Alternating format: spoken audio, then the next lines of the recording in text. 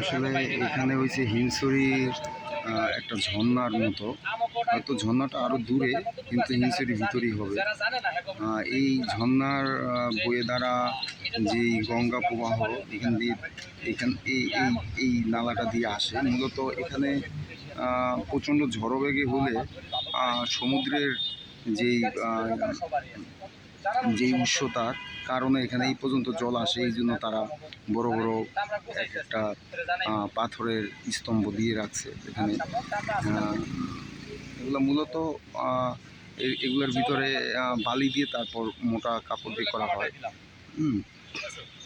আর এটা হচ্ছে হিমছড়ির পাহাড়। এখানে মূলত আম ঠাম বিভিন্ন পাহাড়ি ফল সব কিছুই পাওয়া যায়। সুন্দর একটা মনোরম পরিবেশ।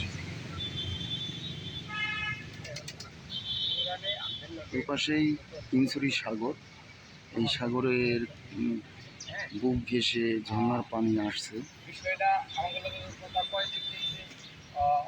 আমরা এখানে খুব উপরে লয়ে গেছি বা ব্যক্তি পাইয়া গেছে বা